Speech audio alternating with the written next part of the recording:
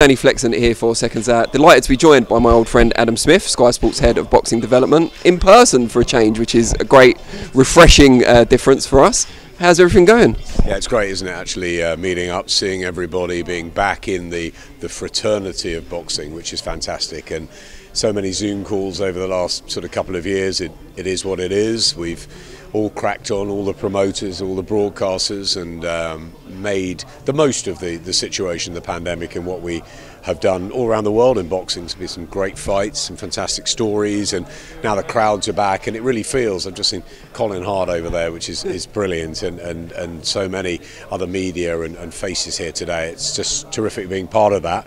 Seeing people face to face, there's nothing like it. Danny, you know me, I'm a people person, and I enjoy being around the boxing brigade. So it's great, and looking forward to everything that's ahead. It should be a fantastic sort of 8-10 weeks to the end of the year, and we can't wait. You've had the first two shows in the new association with Boxer, kind of incremental steps up. This feels like a kind of landmark show. You've got Richard Riakporhe, big fight against Duradola. You've got Caroline Dubois making her debut, which should attract a lot of the casual fans as well, and then a great trade fight with Aziz and Burton. Does it feel like a kind of your first big show, if you like, marquee show? I like all shows, Danny, you know that, whether they're in the UK, the boxer shows. We've had two now, one at Wembley, which I really enjoyed. It was our first time the teams had worked together, and then we all worked even closer for the Newcastle show, and Savannah Marshall's outstanding performance and a huge crowd there. So two down, and as I've said to you before, this is a journey, this is a big journey, and we've got a really exciting card on November the 20th. As you've mentioned, Richard Riakporhe, who we believe can become a star. He shed a bit of rust at Wembley, and now he returns very quickly, which I think is important for him to keep the momentum going. I think it's a special night for all of us with Caroline Dubois, the first Olympian to have signed, and we're really excited about Caroline. I've been keeping my eye on her for a while now. Everything you hear out of Team GB and those who've worked closer with her is terrific. She's got a fantastic trainer in Shane McGuigan alongside her brother Daniel, and we know Daniel's success and what he's brought to the sport. And I think Caroline, she's young, she's hungry, she's really ambitious, and she's got so much ability. So I'm just looking forward to the fact that we're starting from scratch with her, that we're building her. It reminds me a little bit way back of someone like a Ricky Hatton, who we got from the amateurs, and we went with him, and what a journey that was, and to go from the beginning, the start. Did the same thing with Anthony Joshua, of course, but maybe AJ was more established as the gold medalist from London 2012. Caroline didn't medal in Tokyo. We all know how the amateur game can go, but I think she's going to make a fantastically attractive professional. As I said, bundles of talent. She's a great young lady, and we're really excited about having her. And after what happened with Savannah in Newcastle and leading the light for the UK women, and it's great having Caroline turn over. And as you said, Dan Aziz and Jose Burton, great British title. Exactly. We've got Florian Marku, Michaela Wow. There's bundles of talent, and obviously the Azim brothers too, so really excited. Now, the first two boxer shows, how pleased have you been, first in terms of quality and then second in terms of response, so viewing figures, resonance across socials and so on? As I said, a work in progress, and that's how we look at it. And we look at every show and how we can learn and how we can get better, and what we did that maybe didn't work, that we can look to enhance our customers and fight fans from show to show. It is a new relationship. Boxer are a young promotional outfit, but there's some very talented and innovative people. We're getting closer now. We're working together. It's a great team at Sky, and they've got a new challenge and a new hunger, a new thirst, and the business behind us. So, as I said, it is embryonic alongside our top ranked deal. We had a fantastic fight over the weekend, which saw the coming out, really, the star is born of Shakur Stevenson in a great performance over Jamal Herring. So we've got a lot of that. We've got Jose Zabeda on this weekend on Saturday night, and next week we've got Michaela Meyer and of course the tournament show in Liverpool. So it's both the top rank and the boxer deals, but specifically on the boxer shows, Wembley was good. It was solid. I think we did the fact that Chris Eubank didn't fight, I think we did the best with that situation.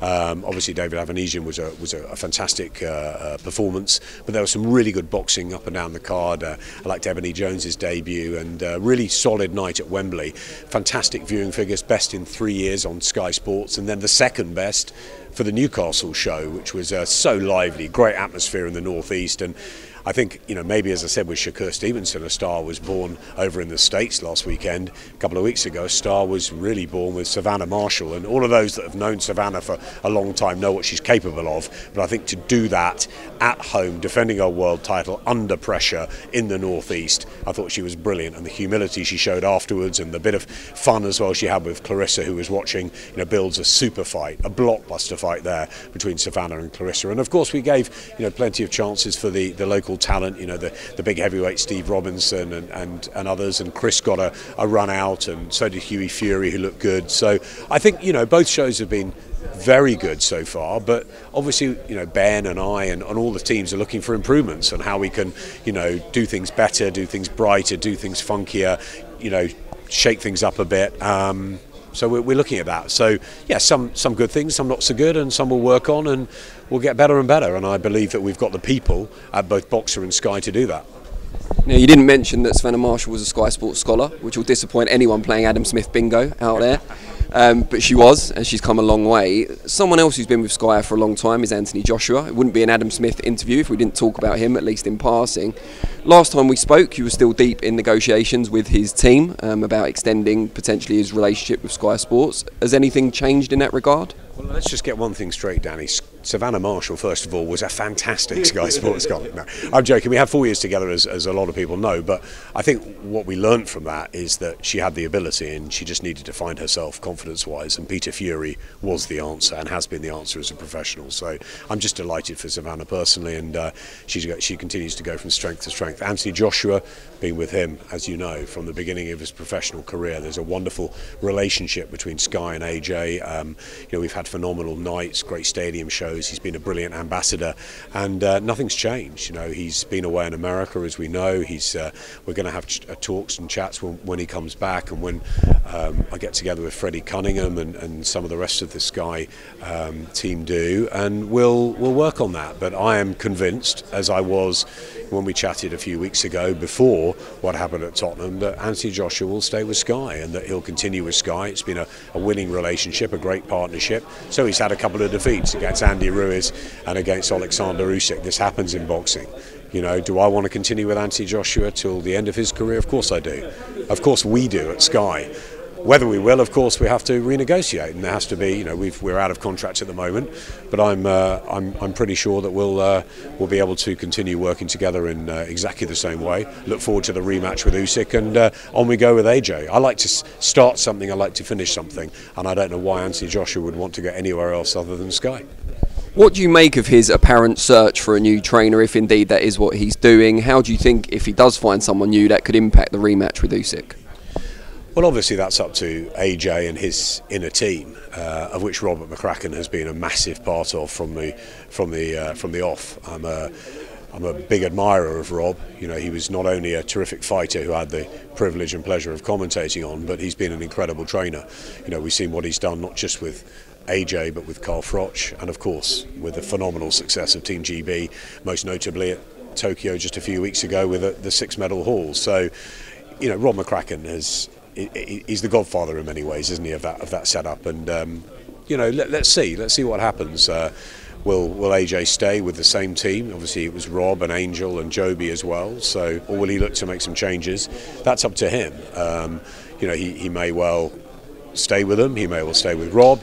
I don't know. He's obviously looking at America for either alternatives or new ideas. It doesn't have to be that he's got to be in the States for to hire a trainer. It could be that he's working on things. Scott Quigg went out to the wild card many times and spent time with Freddie Roach. It may just be that he needs he needs people just giving him different ways of possibly solving the Usyk puzzle if he can. It's a tough fight, but he wants to go back into the fire, and he'll make the decision about who is right to go with, whether that's Rob McCracken and Angel Fernandez and Joby Clayton, or whether he decides to go somewhere new, as we've seen fighters do in the past. Lennox Lewis did it after he was knocked out by Oliver McCall. He went to Emmanuel Stewart and Harold Knight, and fighters can do that. But AJ's been very loyal all the way through. He's had Rob McCracken the whole way through. After the Ruiz defeat, he added, so maybe he'll add again, or maybe he'll change it. That's up to Anthony Joshua. As far as we're concerned, it's about the broadcast deal, and we'll be looking forward to hopefully announcing something good soon.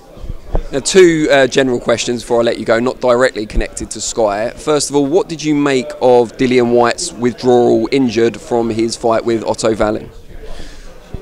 Look, Dillian is very, very close to a fight with Tyson Fury. Okay, that was a tough test against Otto Wallin, but Dillian loves tough tests. We've seen time and time again that he's ducked nobody, that he's taken on everybody, every challenge, from your Joseph Parkers to your Derek Chisoras when they're hot, they're cold, they're indifferent. We never know.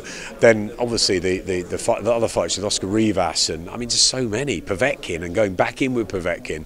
He doesn't duck anybody, so I don't buy the thing that he was ducking Otto Wallin just to get to Tyson Fury, but he is in that position for Tyson Fury. So if he has got that shoulder problem, which we've known about before, and if there is a recurrence and he didn't want to risk it, then fair play to Dillian and his team for making the right decision, for pulling out the fight, and then whether they go into an Otto Wallin fight or whether they go into a Tyson Fury fight, we wait and see. Let me just ask you the final question before we let the boxers do what they do best, or almost what they do best.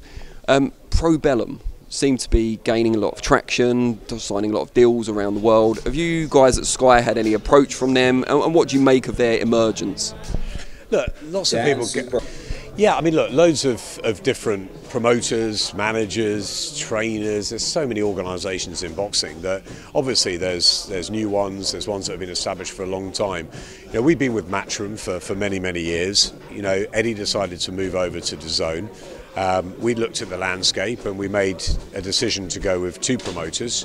One is the established global powerhouse of Top Rank, stateside, to give us our 18 shows a year, and the other was to go with Ben Shalom and Boxer, youngest promoter in Britain, fresh, bright, entrepreneurial, and has got a great team around him. So Ben is our promoter on UK shows. Top Rank is our promoter on US shows, and that's who we broadcast, Danny.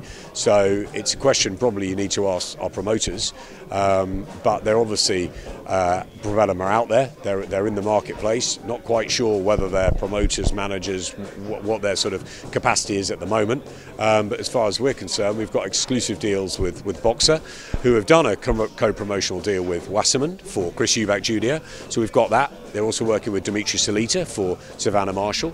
Ben's also working with Mick Hennessy on a number of fighters. Savannah Marshall, Mick Hennessy, and Clarissa Shields and Dimitri Salita. So there's lots of different co-promotional deals and all going on, as there needs to be in boxing. But the most important thing for us is that Ben has the exclusive deal, that Boxer are our shows, and they are the exclusive promoters for us. So it's Boxer in the UK and it's Top Rank in the US, and they're the ones we're dealing with. Brilliant. Always a pleasure, Adam, and enjoy the rest of the day.